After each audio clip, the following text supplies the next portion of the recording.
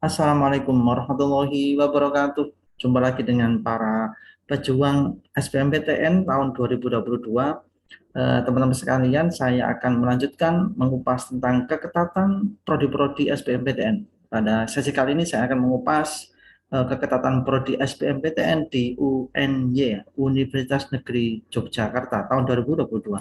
Nah, tahun 2022 UNY itu bakal menerima 9.000 mahasiswa dan selain keketatan nanti saya akan juga mengupas tentang skor UTBK untuk bisa lolos SBMPTN di UNY. Untuk itu jangan lupa klik subscribe dan nyalakan tanda loncengnya. Baik.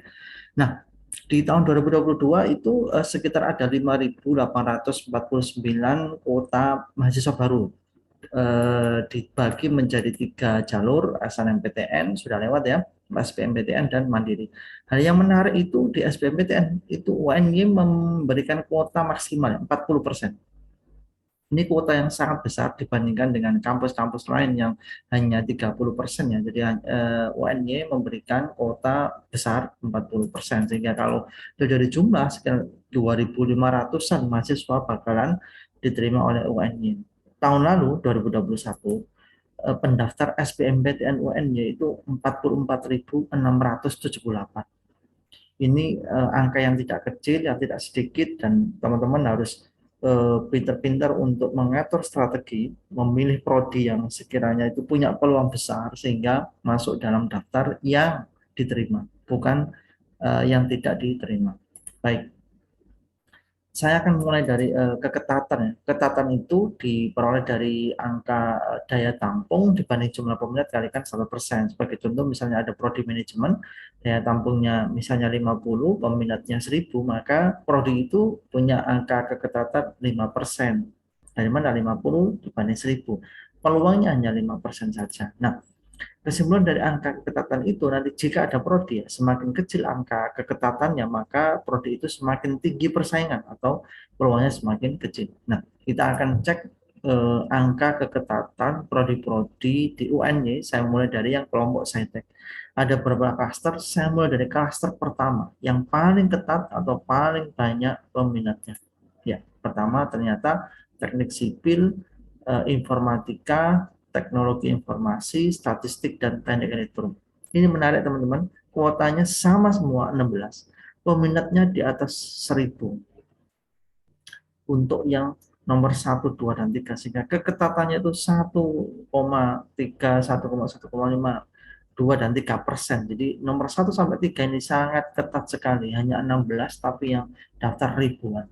Jadi ini patut diperhatikan, dijadikan sebagai perhatian supaya kita tidak terjebak memilih prodi yang peluangnya kecil untuk diterima. Dan prodi di klaster 1 ini kelihatan sangat-sangat ketat sekali persaingan.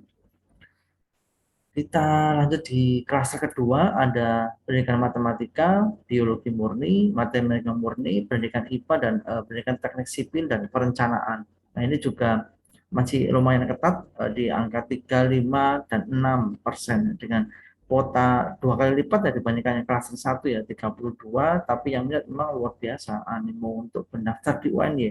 Jadi 3% ini masih sangat tinggi. 6% ini lumayan karena ini agak lebih longgar ya, lebih besar angkanya. Masuk di klaster ketiga ada prodi pendidikan biologi, pendidikan teknik mesin, pendidikan teknik otomotif, kimia murni, dan teknik manufaktur.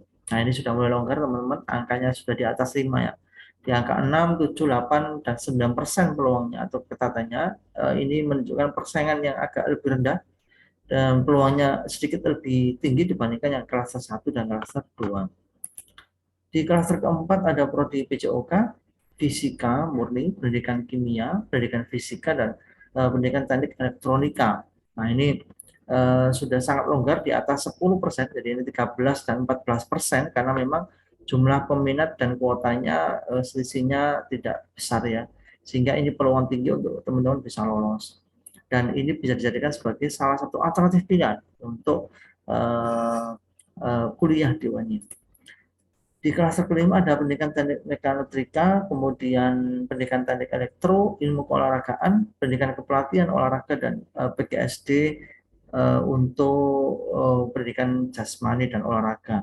Dan ketatan 16, 20, dan 21. Jadi ini sudah mulai longgar di angka 20 dan 21 ini berarti seperlima. Seperlimanya lolos atau keterima. Karena memang peminatnya di bawah 200 semua. Olahraga ini hanya di atas 200, tapi karena kuotanya besar 64, jadi ketatannya masih sangat tinggi angkanya 21,55. Oke, itu tadi di kelompok saintek ya. Kita masuk di kelompok sesum klaster 1, ada psikologi, manajemen, ilmu komunikasi, pendidikan teknik boga, dan akuntansi. Ini dengan angka ketatan yang luar biasa 1 dan 2%, jadi peluangnya sangat-sangat kecil untuk bisa lolos, dan ini menunjukkan tingkat persaingan sangat tinggi ya. Psikologi ini 2.800 sekian atau 2.875 poin minatnya, dan ilmu komunikasi 3.168, dan angka 1 dan 2 ini masih sangat kecil sekali. Teman-teman harus menimbang-nimbang betul kalau harus memilih prodi ini. Di klaster kedua ada pendidikan teknik busana, kemudian bahasa dan sastra Inggris, bimbingan dan konseling, pendidikan administrasi perkantoran, pendidikan guru sekolah dasar atau PGSD. Angkanya masih ketat, teman-teman. 2, 3, dan 4%. Masih sangat tinggi persaingannya, masih sangat kecil peluangnya. Di klaster ketiga ada administrasi negara, pendidikan sosiologi, bijangan pendidikan, manajemen pendidikan, dan ilmu sejarah. Nah, ini sudah mulai agak longgar, tapi ini masih sangat ketat ya, karena masih di bawah 5, ya, 4 dan 5%. Ini menunjukkan angka-angka yang masih cukup tinggi persaingan, dan peluangnya juga lebih kecil.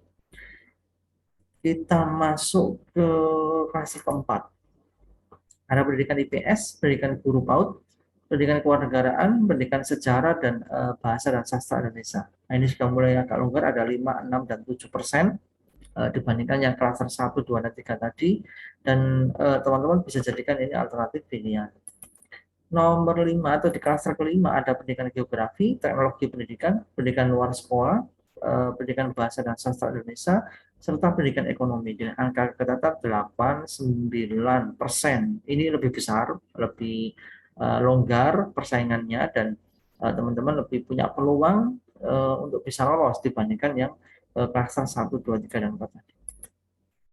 Di klaster ke-6 ada pendidikan luar biasa, pendidikan akuntansi, pendidikan bahasa Jawa, pendidikan bahasa Inggris, dan pendidikan seni rupa.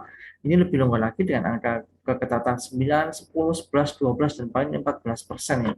Dan ini menunjukkan tingkat persaingan yang semakin turun, semakin rendah karena memang jumlah peminat dan jumlah kuota itu selisihnya tidak banyak. Sehingga teman-teman supaya punya peluang tinggi keterima itu pilih produk-produk yang keketatannya tidak besar atau yang angka keketalan tinggi, itu menunjukkan persaingan yang tidak besar. Di kelas ke-7 ada pendidikan seni musik, pendidikan bahasa Jerman, pendidikan seni tari, pendidikan bahasa Perancis, dan pendidikan seni kerajinan. Nah, ini semakin besar lagi ya, di angka 15, 16, 17, 21, 39. 39% ini angka yang sangat besar ya untuk sebuah peluang, dan ini teman-teman bisa dijadikan sebagai pandangan alternatif-alternatif supaya bisa lolos SBMPTN tahun 2022. Baik, mungkin sampai di sini dulu video saya kupas. Tetap di channel ini karena kita akan mengupas skor-skor UTBK prodi-prodi kampus favorit. Untuk itu tetap di channel ini. Kita ketemu di video berikutnya. Tetap semangat. Wassalamualaikum warahmatullahi wabarakatuh.